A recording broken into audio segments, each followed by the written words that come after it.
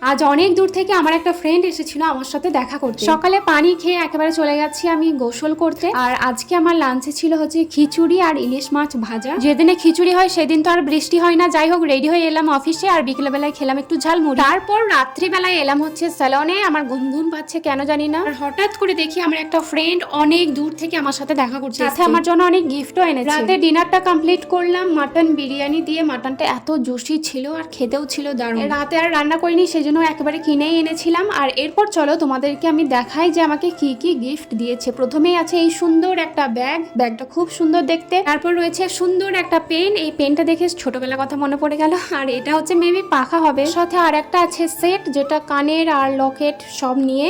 আর সবগুলো দেখতে খুব সুন্দর। ওয়াও, এটা তো অনেক বেশি সুন্দর, একেবারে শান্তিনিকেতনের শান্তি শান্তি। তো এগুলো আমাকে দিয়েছে আমার friend. Thank you so much friend, ভালোবেসে আমার জন্য এত দূর থেকে এত জিনিস আনার জন্য। Thank you.